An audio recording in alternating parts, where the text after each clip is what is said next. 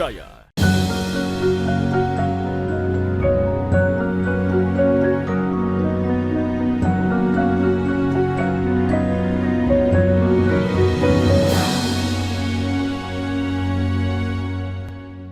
Bismillahirrahmanirrahim.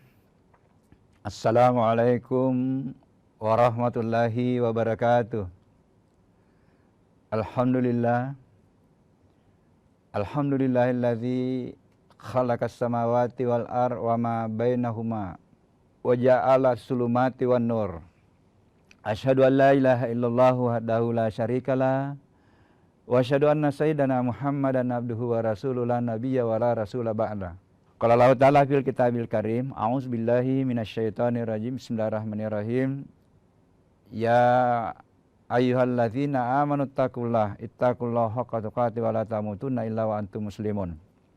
Wa qala aidan wasyamsa diya'an wal qamara nuran. Shadaqallahul azim. Para pemirsa Mutiara Iman Kompas TV yang insya Allah dimuliakan Allah, puji dan syukur senantiasa kita panjatkan kepada Allah Subhanahu wa Ta'ala, Tuhan yang menciptakan langit dan bumi serta seluruh yang ada di dalamnya, yang menjadikan gelap dan cahaya, dan yang menciptakan matahari sebagai sumber cahaya, sumber sinar, dan bulan sebagai sumber cahaya. Pemirsa Mutiara Iman Kompas TV yang insya Allah dimuliakan Allah, pada pertemuan ini kita akan membahas mengenai bagaimana kita bertafakur pada cahaya, atau bagaimana kita mentafakuri cahaya sebagai unsur utama di dalam ekosistem kehidupan. Saya akan mengulang lagi kembali kenapa penting kita bisa mentafakuri alam ini. Karena mungkin nanti ini ada pemirsa, kenapa mau dibahas itu cahaya? Apalagi kita sudah membahas kemarin ada 4 anasir tubuh yang kita coba kaitkan dengan bagaimana kita menghargai lingkungan. Nah, ada minimal 3 hal ya. Kenapa kita penting untuk mentadaburi alam, termasuk alam diri kita. Yang pertama adalah mentafakuri ciptaan Allah, itu sebenarnya merupakan salah satu jalan untuk kita mengenal, untuk bisa mengenal siapa sih sebenarnya Allah itu. Atau mengantar kita untuk mudah bertazakur, mengingat siapa yang menciptakan cahaya. Kemudian mengantar kita nanti untuk mudah bersyukur, mensyukuri nikmat. Karena kalau kita sudah kaji betapa cahaya itu merupakan penentu dalam tanda petik yang menentukan ekosistem kehidupan, tidak ada kehidupan tanpa cahaya, akhirnya kita bisa bersyukur dengan itu. Dan syukur itu merupakan salah satu pembuktian kita memang menyembah hanya kepada Allah. Waskuru nikmatallah in kuntum iyyahu ta'budun. Bahwa bentuk kesyukuran pada nikmat itu pembuktian bahwa kita hanya menyembah Allah. Nah itu ya. Jadi kita bisa mengenal melalui ciptaannya. Ya, dari mana dalilnya? Nah, ayat, salah satu ayat, wa fil ardi ayatul lil mukminin wa fi anfusikum afala tubsirun. Bahwa di luar dirimu di alam semesta ini bertebaran tanda-tanda kebesaranku untuk mengenal aku bagi orang yang yakin. Begitu pula dalam dirimu. Afala tubsirun. Apakah sering merenungkan jantung kita tidak pernah berhenti berdetak? Nah, ini perlu saya sampaikan karena ini insya Allah panjang umur. Kajian ini akan berkelanjutan, nanti kita akan membahas rahasia diri kita. Ya, kita fokus dulu bagaimana menerawang keluar di luar diri kita untuk mengenal. Nah, ini sudah 4 kali kita bahas kemarin mengenai mulai dari api sampai dengan air. Ya. Nah, pada kesempatan ini kita akan bahas cahaya. Nah, jadi memudahkan kita nanti untuk mensyukuri nikmat. Jadi mengenal penciptanya, kemudian jalan untuk bagaimana kita bersyukur. Atau dalam bahasa yang sering saya sampaikan, apapun yang kita kaji sebenarnya itu, apakah itu alam semesta atau alam diri, itu adalah tarika untuk bermakrifah. Jalan untuk kita mengenal siapa yang menciptakan diri kita.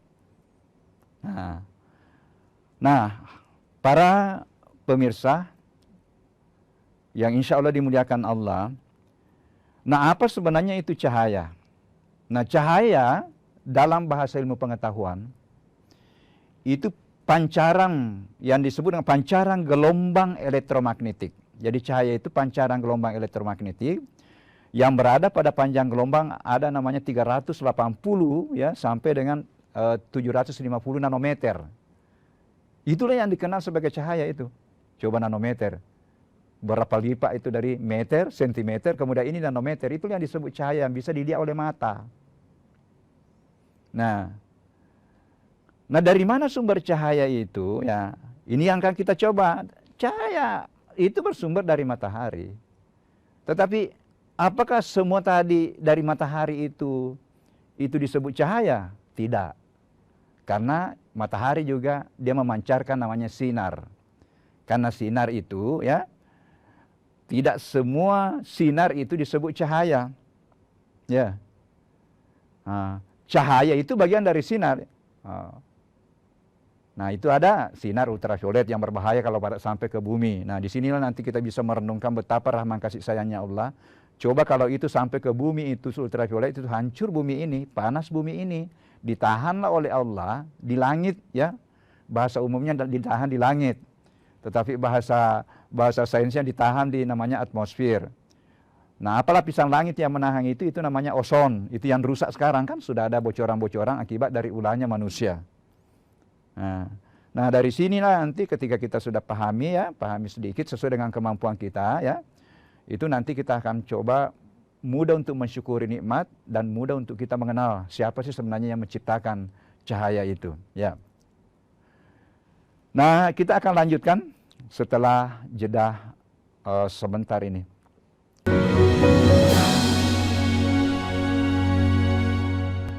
Kasus judi online yang melibatkan pegawai Kementerian Komunikasi dan Digital. Luaskan khazanah pengetahuan Anda dengan berbagai peristiwa teraktual dalam dan luar negeri. Kelompok warga di kota Gorontalo berhasil menciptakan bahan bakar pengganti minyak tanah dari bahan sampah plastik. Jagung telah menetapkan 6 orang tersangka dalam kasus suap hakim untuk vonis bebas Ronald Vano. Anda menyaksikan Kompas Siang hanya di Kompas Siang setiap hari pukul 11 siang live di Kompas TV.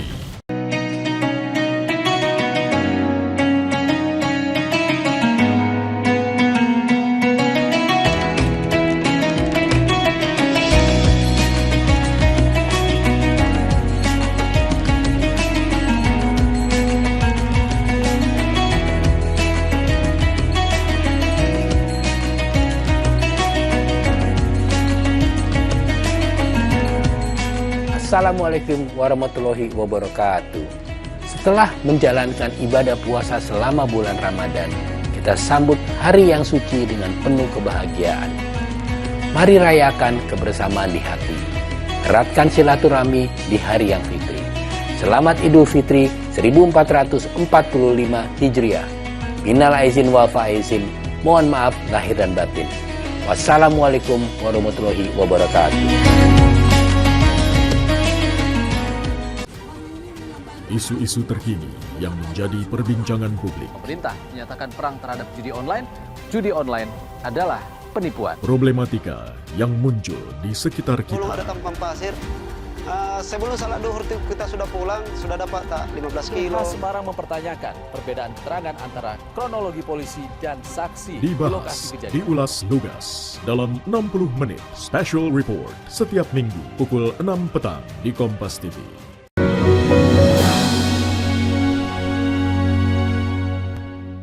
Para pemirsa Kompas TV yang insya Allah dimuliakan Allah. Kembali, menurut bahasa saya tadi, cahaya itu merupakan pancaran gelombang. Ya, gelombang itu ya ini yang dipelajari sekarang ya, sehingga berkembanglah ilmu IT ya, gelombang cahaya itu bisa merembak 300.000 km per detiknya. Nah, tadi kembali bahwa tidak semua sinar matahari itu disebut cahaya. Yang disebut dengan cahaya adalah yang tampak, yang bisa dilihat dengan mata kepala ini. Yang tadi dengan panjang gelombang itu. Nah, kalau kita renungkan ya, renungkan tadi cahaya tampak yang dipancarkan turun ke bumi, ya, itu bisa kita terjebak nanti bahwa matahari lah Tuhan. Kenapa? Dengan cahaya matahari yang dipancarkan turun itu dalam bentuk sinar tampak, kita bisa melihat. Kita tidak bisa melihat kalau tidak ada cahaya dari matahari. Ya, kita tidak bisa melihat. Kemudian cahaya juga yang berasal dari matahari, tanaman itu bisa tumbuh. Tanaman bisa berfotosintesis namanya. Saya ulang lagi, nanti kita akan bahas tersendiri ini. Satu-satunya makhluk Allah yang bisa membentuk dirinya sendiri adalah tanaman. Karena diberikan keistimewaan ada namanya klorofil, sehingga dengan itulah dia menangkap cahaya, kemudian dia gabung, mengikat air namanya, dengan CO2 kemarin. CO2 itu waktu kita bahas itu yang bisa memicu pemanasan global karena lepas ke atmosfer karena tanamannya dirusak. Nah, orang bisa terjebak, wah inilah Tuhan ini, matahari lah Tuhan. Makanya sampai sekarang itu masih ada yang menyembah matahari. Tetapi kita umat Islam alhamdulillah bukan itu, bukan aku itu. Memang ada ayat yang Allah menyampaikan bahwa aku ciptakan matahari dan bulan sebagai sumber cahaya kehidupan, tetapi janganlah sembah itu, sembahlah aku yang menciptakan matahari dan bulan. Masya Allah, karena kita dilengkapi dengan Al-Quran. Nah, bagaimana dalam bahasa Quran? Dalam bahasa Quran, Quran menggunakan kosakata, Masya Allah, sudah menggunakan kosakata yang beda antara cahaya dengan sinar. Ya, sinar itu yang bersumber dari matahari tadi, ya, yang tidak semua sinar itu masuk cahaya. Itu Allah menyampaikan di surah Yunus, ya, surah ke-10 ayat 5 tadi yang saya gunakan sebagai mukadimah. Wasyamsi diyaan, bahwa matahari itu bersinar. Wal qamara nuran, dan bulan itu bercahaya. Jadi bulan itu tidak memiliki sebenarnya sinar asli, dia hanya menyerap sinar matahari, ya, dia menyerap, kemudian pada malam hari itu dia pancarkan dalam bentuk cahaya. Nah, jadi kurang tepat sebenarnya kalau orang mengatakan sinar bulan, cahaya bulan, ya, cahaya bulan. Nah, di dalam Al-Quran kata nur itu diulang 43 kali. Diulang 43 kali dan hampir semua bersandar memang pada petunjuk. Bersambar pada kitab suci. Jadi kitab suci apakah itu Al-Quran, apakah itu Injil, apakah itu Taurat. Ada ayatnya tersendiri dalam Al-Quran disebut sebagai hudan wa nuran. Hudan wa nuran, petunjuk dan nur dan cahaya. Nah, yang bersandar pada matahari, ya, cahaya matahari, itu kita temukan tadi di surah Yunus ayat 5. Bahwa matahari itu bersinar dan bulan itu bercahaya. Dan dari mana cahaya matahari itu? Cahaya bulan itu. Coba kita lihat di surah An-Nur, surah ke-24, ayat 35 yang populer, yang sering kita dengar. Wallahu nur samawati wal ar. Bahwa yang mencahayai matahari, yang memberikan cahaya matahari, yang mencahayai bumi, yang mencahayai langit itu dari Allah. Nah, inilah yang dikaji sebenarnya dalam ranah tasawuf itu disebut nurullah. Jadi segala cahaya yang kita saksikan itu bersumber dari Allah. Kemudian terpancar nanti masuk kepada Rasulullah Muhammad SAW dan terpancar dalam wujud sifat dan perilaku yang baik sebagai bentuk pancaran cahaya yang bersumber dari cahaya Allah. Nah, jadi kembali lagi bahwa 43 kali diulang. Dan itu seakar kata dengan api. Nar yang kita bahas pada pertemuan sebelumnya. Berapa kali api diulang dalam Al-Quran? 145 kali. Ya, bersandar pada neraka, bersandar dari cahaya, api di bumi ini. Ya. Nah, ini apa yang pelajaran yang bisa kita dapat di sini, bahwa insya Allah api kalau dia tidak mengamuk itu dia bisa menghasilkan cahaya. Tetapi dari mana sumbernya? Tetap dari cahaya matahari. Karena api itu bisa bercahaya, memancarkan cahaya ketika tadi ada panas, kemudian ada bahan bakar. Dari mana bahan bakarnya? Ada bahan bakarnya dari misalnya dari gas. Dari mana gas itu? Dari fosil. Dari mana fosil itu? Dari tanaman. Jadi akhirnya kembali lagi bahwa secara ekosistem dia berasal dari cahaya matahari. Nah, jadi cahaya matahari lah sebagai sumber kehidupan atau komponen utama kehidupan. Nah, kembali lagi hati-hati kalau kita tidak baca Al-Quran, kita akan terjebak bahwa mataharilah itu adalah Tuhan. Dan saya kira Nabiullah Ibrahim juga sempat terjebak ya, waktu melakukan proses pencarian Tuhan. Dia terjebak dengan matahari, begitu muncul matahari, Nabiullah Ibrahim menyampaikan, wah inilah Tuhanku, ya karena inilah memberikan cahaya kepada kita. Tetapi ketika hilang itu cahaya, ini bukan Tuhan, Tuhanku tidak hilang. Malam muncul bulan, wah ini katanya, inilah Tuhanku ini. Nah, ayo sekalinya bulan hilang, wah ini bukan Tuhan ini. Dia lihat bintang, dia juga terjebak dengan bintang. Sehingga sekali lagi para pemirsa, ya kalau kita tidak dilengkapi dengan Al-Quran, ayat-ayat kauliah bisa kita terjebak. Makanya sekali lagi bahwa sekarang masih ada masyarakat yang menyembah matahari. Agama Shinto itu kan menyembah matahari. Nah, tadi saya kembali. Cahaya tampak yang kita lihat ini, ya hanya satu kan kelihatan. Mohon maaf. Kalau ini cahaya terurai, itu bukan hanya putih. Karena cahaya itu memiliki minimal 4 sifat. Yang pertama, bahwa dia bisa bergerak lurus. Yang kedua, dia bisa terpantul. Kalau dia mendapatkan benda yang kuat, dia akan memantulkan, dia akan terpantul. Tetapi kalau dia menembus kaca, seperti kacamata saya ini, dia menembus kaca itu, dia melewati kaca. Kemudian kalau dia menembus suatu bahan yang bisa menguraikan dirinya, namanya terdispersi, dia bisa memancarkan warna yang berbeda-beda. Itulah pelangi.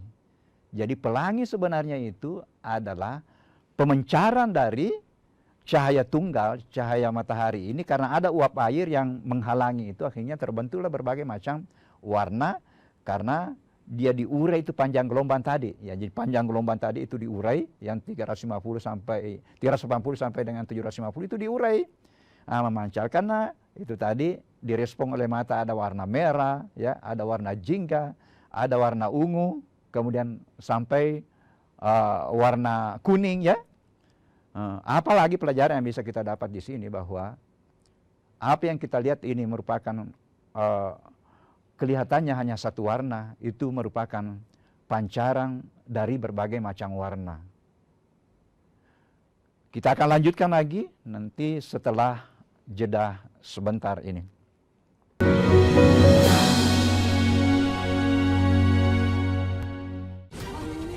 Isu-isu terkini yang menjadi perbincangan publik. Pemerintah menyatakan perang terhadap judi online. Judi online adalah penipuan. Problematika yang muncul di sekitar Belum ada kita. tampang pasir. Sebelum salat duhur kita sudah pulang, sudah dapat tak 15 kilo. Polres Semarang mempertanyakan perbedaan keterangan antara kronologi polisi dan saksi di Dibahas, lokasi kejadian. diulas lugas dalam 60 menit Special Report. Setiap minggu pukul 6 petang di Kompas TV.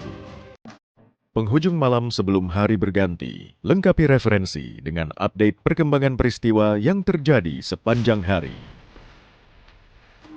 Seorang pemuda di Kabupaten Bekasi, Jawa Barat gagalkan aksi kawanan begal yang hendak mencuri kendaraannya.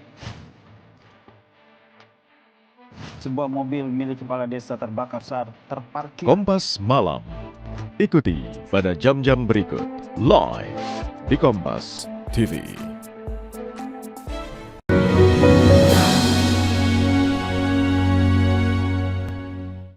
Para pemirsa Mutiara Iman Kompas TV yang insya Allah dimuliakan Allah. Nah sekarang pertanyaannya, yang manakah cahaya dalam diri? Nah dari manakah sumber cahaya sebenarnya dalam diri? Pada pertemuan sebelumnya saya sudah jelaskan bahwa semuanya kita ini memiliki cahaya. Di manakah itu? Di seluruh sel-sel tubuh kita ada unsur cahayanya. Tetapi di manakah pusat cahaya itu? Pusat cahaya ada di kalbu, atau bahasa awamnya ada di hati.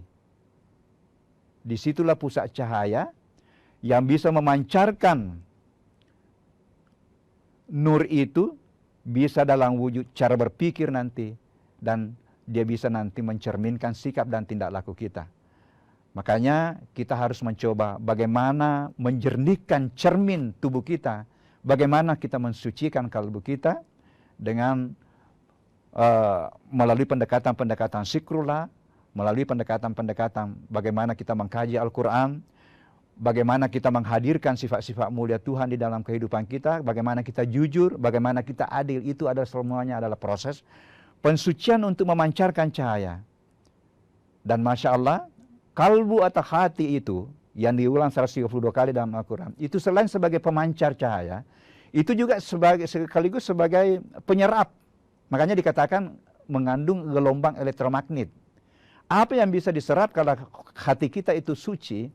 Informasi-informasi positif dari luar itu bisa diserap. Mohon maaf, termasuk juga informasi-informasi yang langsung dari Tuhan. Makanya di dalam surah Al-Waqiah Allah menyampaikan, ya, tidak akan bersambung dengan yang maha suci orang yang kotor. Atau sebaliknya orang yang suci kalbunya selalu melatih dirinya untuk zikrullah dan mencapai suatu tingkatan nanti kejernihan kalbu di dalam bahasa jiwa, mencapai jiwa yang tenang, jiwa yang al-mutmainnah, bukan hanya jiwa yang marah-marah, karena kalbu di sini sebagai pusat. Pantaslah kalau Imam Al-Ghazali itu menyampaikan bahwa pada dirimu itu ada segumpal daging. Ketika daging itu baik, baik semua segalanya, mulai dari cara berpikirmu. Nah, saya kira di kalangan kita Bugis atau di kalangan mungkin Makassar juga itu, bahwa kita dengar di orang tua kita bahwa cerminan dari kalbu itu adalah bagaimana kita bersikap, bertindak laku. Bagaimana gambaran cara berpikir kita itu adalah cerminan kalbu, termasuk iman. Iman sekarang itu sudah bisa diukur dengan pancaran gelombang, bisa diukur. Bahwa tadi kalbu yang jernih itu tadi itu mendekati namanya pancaran gelombang itu lebih dari 700 Hz. Jadi semuanya sekarang bisa diukur. Dan itu bisa tergambar. Nah, para pemirsa mungkin biasa dilihat ya, wah ini orang ini, cahaya tapana. Itu adalah gambaran dari cahaya kalbu. Nah, apa yang perlu kita lakukan, sekali lagi saya ulang. Sebagai penutup ya, bahwa yang pertama, cahaya merupakan sumber kehidupan. Dengan cahayalah bisa kita melihat, dengan cahayalah bisa tanaman tumbuh. Tanaman bisa tumbuh, kita bisa hidup. Kemudian yang kedua, bahwa pusat pancaran cahaya sekaligus penyerap cahaya dalam diri kita ada di dalam hati kita, ada di dalam kalbu kita. Maka berusahalah untuk selalu menjernihkan kalbunya melalui pendekatan-pendekatan zikrullah, pendekatan bagaimana mengkaji Al-Quran, bagaimana kita tadi berprofesi dengan jujur. Nah, karena ini terkadang para pemirsa ini terkadang seakan-akan itu hanya ibadah-ibadah yang sifatnya ritual, hanya sholat, hanya sedekah yang mengantar kita jadi mulia di sisi Allah.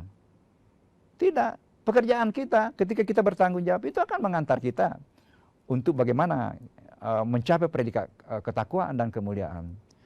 Kemudian berikut juga yang saya akan mau sampaikan kepada pemirsa, bulan ini adalah bulan Sya'ban. Sudah 5 Sya'ban kalau tidak salah. Sisa beberapa hari lagi, dalam 1 bulan lagi kita mencapai bulan suci Ramadan. Mari manfaatkan bulan Sya'ban ini untuk melakukan proses pensucian kalbu. Untuk menjernihkan kalbu kita supaya bisa memancarkan cahaya dengan kuat. Bagaimana? Melalui proses latih diri kita berpuasa pada bulan ini. Rasulullah Muhammad SAW menurut riwayat, terkadang puasanya pada bulan Sya'ban itu mendekati jumlah puasanya di bulan suci Ramadan. Sudah lewat Rajab. Rajab juga merupakan proses pensucian. Pensuciannya melalui Mi'raj, melalui salat. Jadi mari pemirsa, ya, kalau memang kita belum terlatih dengan salat tahajud atau salat-salat sunnah, ya, kemarin latihannya itu di Rajab. Ya, saya silakan bahwa perbanyaklah bermi'raj di bulan Rajab itu. As-salatu mi'rajul mu'minin. Nah, sudah lewat. Mari di Sya'ban ini kita manfaatkan lagi untuk bagaimana menjernihkan hati kita untuk tadi supaya mudah untuk memancarkan cahaya dan menyerap cahaya. Latihlah nanti dengan puasa. Kalau belum puasa sunnah, Senin Kamis latih diri kita.